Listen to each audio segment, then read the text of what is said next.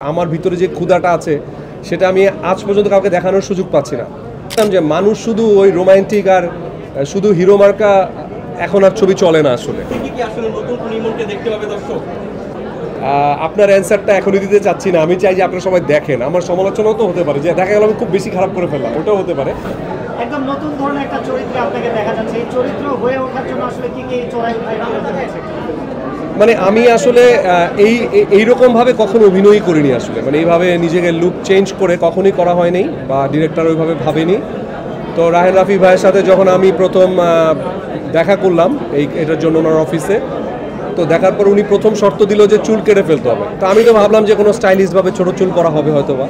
তো সেইভাবে আমি বললাম যে ঠিক আছে, অসুবিধা নেই, আপনি একদিন সময় নেন, আপনি আমাকে জানান চুল ছোটো করবেন কিনা। তো আমি বললাম যে আমি আজকে ডিসিশন দিলাম আমি আপনার সাথে কাজটা করতে চাই।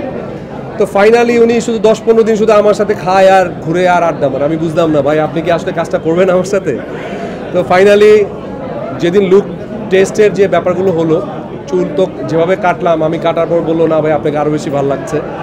তারপরে আমার ঘ্যাচ ঘ্যাচ করে চুল একদম, আপনারা দেখবেন একটু পরে, একদম যাচ্ছে তাই করে ফেলেছে চুলের। তখন আমি বুঝলাম যে রাহেন রাফির আসলে স্টাইলটা ডিফারেন্ট একটু। উনি আসলে শুধু গল্পকে প্রাধান্য দেয় না, আর্টিস্টের লুক বা আর্টিস্টের ক্যারেক্টার ঢোকার জন্য, মানে আমাকে রাহাত হয়ে ওঠার জন্য পুরো ক্রেডিট গোজ টু রাহেন রাফি। উনি অনেক সাপোর্ট করেছেন যে এইভাবে করতে হবে। ক্যারেক্টারের ঢোকাটা অনেক ইম্পর্টেন্ট ছিল। আমার সর্বোচ্চ চেষ্টা দিয়ে আমি করেছি। বাকিটা আপনারা দেখার পর ইনশাল্লাহ বলতে পারবেন।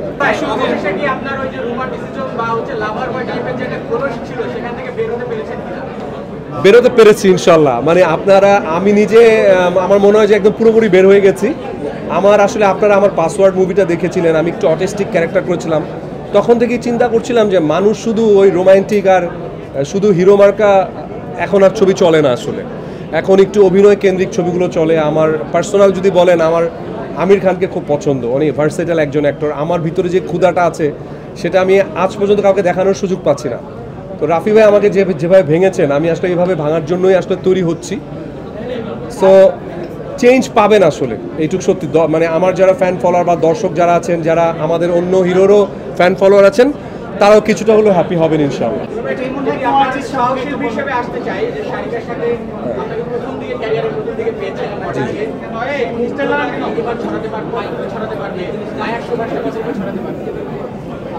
সারিকার সাথে আমার প্রায় 5 বছর পরই দেখা হয়েছে, কথা হয় না, যোগাযোগ হয় না। আমি তো ভেবেছিলাম যে ও হয়তো বা কাজই করে না, বাদ দিয়ে দিয়েছে। ফাইনালি রাফি ভাইয়ের একটা চমক, আবার সারিকাকে আবার ব্যাক করিয়ে নিয়ে এসেছে। সো আই থিঙ্ক মানুষের ভালো লাগবে। আপনারা, আমার মনে হয় যে পুরো গল্পটা দেখলে, গল্পটা এমন একটা গল্প যেটা আপনারা আপনাদের অনেকের সাথে এটা রিলেট করতে পারবেন। একটা ট্রু স্টোরির মতোই। মানে রাহেন রাফি মানে তো ট্রু স্টোরি, দেখলে মনে হবে যে সে কোনো ট্রু স্টোরি বানিয়েছে কিনা। আলটিমেটলি অনেকের জীবনের সাথে এটা মিলে যাবে আমার মনে হয়। মানে পার্থক্য আছে, ডেফিনেটলি পার্থক্য আছে। ফিল্মে আসলে অনেক কিছু মানে অনেক কিছু ওভার অ্যাক্টিং করতে হয়, অনেক কিছু হয়। বাট এখন যদিও ন্যাচারাল অ্যাক্টিংয়ের একটা টাইম, বাট ওটিটিতে একদম ডেফিনেট করে আপনাকে ন্যাচারাল অ্যাক্টিং করতে হবে এবং র অ্যাক্টিং করতে হবে। এবং দর্শকের কাছাকাছি যাওয়ার জন্য ওটিটি আমার মনে হয় ডিফিকাল্ট হলেও আমার মনে হয় যে ওটিটি একটা নাইস, মানে খুব ভালো একটা জায়গা আমার মনে হয় আমাদের দেশের জন্য। আপনার অ্যান্সারটা এখনই দিতে চাচ্ছি না। আমি চাই যে আপনারা সবাই দেখেন। আমার সমালোচনাও তো হতে পারে যে দেখা গেল আমি খুব বেশি খারাপ করে ফেললাম, ওটাও হতে পারে।